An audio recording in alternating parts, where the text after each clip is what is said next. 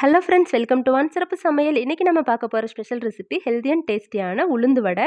இந்த உளுந்து வடை வந்துட்டு நம்ம மாவு கரெக்டான பதத்தில் அரைச்சாதான் ரொம்ப நல்லா சாஃப்டாகவும் ஷேப்பும் நல்லா கிடைக்கும். பாருங்கள், வெளி லேயர்லாம் நல்லா கிறிஸ்பியாகவும் உள்ளே ரொம்ப நல்லா சாஃப்டாகவும் இருக்கும். இந்த மாதிரி டேஸ்டியான வடை எப்படி செய்யலான்னு பார்க்கலாம் வாங்க.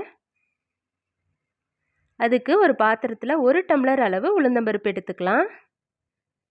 எடுத்துட்டு கொஞ்சமாக தண்ணி சேர்த்து ஒரு 2-3 டைம்ஸ் நல்லா வாஷ் பண்ணி எடுத்துக்கலாம். இந்த மாதிரி நல்லா வாஷ் பண்ணிவிட்டு தண்ணியெல்லாம் ஃபில்ட்ரு பண்ணிவிட்டு திரும்பவும் கொஞ்சமாக தண்ணி சேர்த்துட்டு ஒரு 2 ஹவர்ஸ்க்கு நல்லா ஊற விட்டுறலாம். 2 மணி நேரம் ஊறினதுக்கப்புறமா நம்ம அரைக்க ஆரம்பிச்சுக்கலாம். இப்போ பாருங்கள், உளுந்து நல்லா ஊறிடுச்சு. இதை நம்ம கிரைண்டரில் சேர்த்து அரைச்சிக்கலாம். தண்ணி எல்லாத்தையும் சுத்தமாக வடிச்சிட்டு சேர்த்துக்கோங்க. கிரைண்டரில் சேர்த்து வடைக்கு மாவு அரைக்கும் போது ரொம்ப நல்லா சாஃப்ட் அண்ட் ஃப்ளஃபியாக கிடைக்கும். கொஞ்சம் கொஞ்சமாக சேர்த்துக்கலாம். சேர்த்து விட்டுட்டு அந்த எட்ஜஸ்லலாம் போய் அந்த உளுந்தெல்லாம் ஒட்டிக்கும், அப்போ அரையாமல் இருக்கும். அதனால் ஸ்பூனு அப்படி இல்லைன்னா கையை வச்சு நல்லா எல்லாத்தையும் ஓரங்கள்லாம் எடுத்து விட்டுலாம். அப்புறமா கொஞ்சம் கொஞ்சமாக தண்ணி தெளித்து நம்ம அரைக்கலாம். ரொம்ப தண்ணி ஊற்றிடக்கூடாது, அப்போ மாவு தண்ணி ஆயிடுச்சுன்னா நம்மளுக்கு ஷேப் கிடைக்காது. இந்த மாதிரி கொஞ்சம் கொஞ்சமாக தண்ணி சேர்த்து ஒரு 20 நிமிஷத்துக்கு நம்ம அரைச்சிருக்கோம். இப்போ மாவு அரைச்சி எடுத்தாச்சு. எடுத்து வச்சுருக்கிற மாவில் 2 ஸ்பூன் அளவுக்கு அரிசி மாவு சேர்த்துக்கலாம். இந்த மாதிரி அரிசி மாவு சேர்த்து செய்யும் போது வடை நம்மளுக்கு ரொம்ப நல்லா கிறிஸ்பியாக கிடைக்கும். சேர்த்துட்டு இந்த மாதிரி பீட்டர் வச்சு நல்லா இன்னும் ஒரு 5 நிமிஷத்துக்கு கலந்து விட்டுக்கலாம். பீட்டர் அப்படி இல்லைன்னா கையோட விரல்களை வச்சு கூட நல்லா இந்த மாதிரி ஃபாஸ்ட்டாக கலந்து விடுங்க. ஒரு 5 நிமிஷம் கலந்து விடும்போது இந்த அளவுக்கு நல்லா ஃப்ளஃபியாக கிடைக்கும் மாவு. இப்போ இதில் நம்ம மெல்லிசாக கட் பண்ணி வச்சுருக்கிற ஒரு துண்டு இஞ்சியை சேர்த்துக்கலாம். அது கூடவே ஒரு பச்சை மிளகாய் மெல்லிசாக கட் பண்ணி வச்சுருக்குறோம், அதையும் சேர்த்துக்கலாம். ஒரு கொத்து கருவேப்பிலை, கொஞ்சமாக மல்லி இலை எல்லாத்தையுமே மெல்லிசாக கட் பண்ணி சேர்த்துக்கலாம். அது கூடவே ஒரு 4 to 5 சின்ன வெங்காயமும் மெல்லிசாக கட் பண்ணி சேர்த்துருக்கோம். டேஸ்ட்டுக்கு ஏற்ற மாதிரி உப்பு சேர்த்துக்கலாம். ஒரு 10 to 15 மிளகு, 1/2 ஸ்பூன் அளவுக்கு ஜீரகம் சேர்த்துட்டு நல்லா மிக்ஸ் பண்ணி விட்டுறலாம். இந்த அளவுக்கு நல்லா மிக்ஸ் பண்ணி விட்டுக்கலாம்.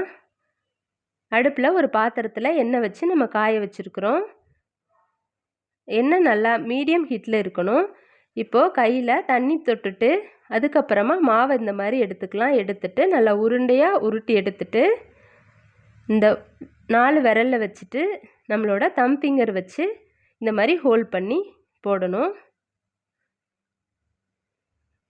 இந்த மாதிரி ஒவ்வொரு டைமும் தண்ணியில் நனைச்சிட்டு நம்ம மாவு எடுக்கும் போது ஒட்டாமல் ரொம்ப நல்லா பர்ஃபெக்டாக வரும்.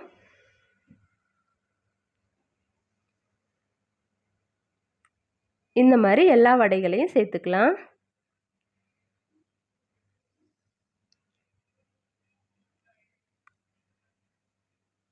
ஒரு சைடு நல்லா வெந்ததுக்கப்புறமா இன்னொரு சைடு திருப்பி விட்டுக்கலாம்.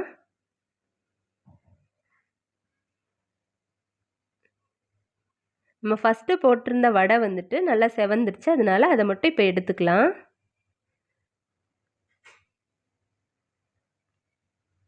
இப்போது எண்ணெயில் அந்த பபிள்ஸ்லாம் அடங்கினதுக்கப்புறம் எல்லா வடைகளையும் நம்ம எடுத்துடலாம். உளுந்த வடை ரொம்ப கருகிடக்கூடாது, கசந்த டேஸ்ட் கொடுத்துரும். இந்த மாதிரி கோல்டன் ப்ரௌன் ஆனதுக்கப்புறமா நம்ம எடுத்துடலாம்.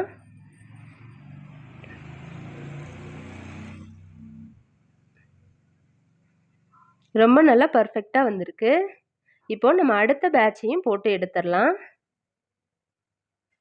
ஒரு சைடு நல்லா கோல்டன் ப்ரௌன் ஆனதுக்கப்புறமா அடுத்த சைடு திருப்பி விட்டு அந்த எண்ணெயோட பபிள்ஸ்லாம் அடங்கினதுக்கப்புறம் நம்ம வடையை எடுத்துடலாம். இந்த மாதிரி எல்லா வடைகளையும் நம்ம பொரித்து எடுத்து வச்சுக்கலாம். இப்போ நம்மளோட சுவையான உளுந்து வடை ரெடி ஆயிருச்சு. நான் இதை கட் பண்ணி காமிக்கிறேன் பாருங்கள். வெளியே அவுட்டர் லேயர்லாம் ரொம்ப நல்லா கிறிஸ்பியாக உள்ளே நல்லா சாஃப்டாக வந்திருக்கு. அதே டைமில் எண்ணெயும் அதிகமாக குடிக்கலை. இந்த மாதிரி நீங்களும் ட்ரை பண்ணி பாருங்கள். ட்ரை பண்ணி பார்த்துட்டு எப்படி இருக்குன்னு கமெண்ட் பண்ணுங்கள். நம்மளோட வான் சிறப்பு சமையலை சப்ஸ்கிரைப் பண்ணி நம்ம அடுத்தடுத்து போடுற வீடியோஸை மிஸ் பண்ணாமல் பாருங்கள். தேங்க்ஸ் ஃபார் வாட்சிங்.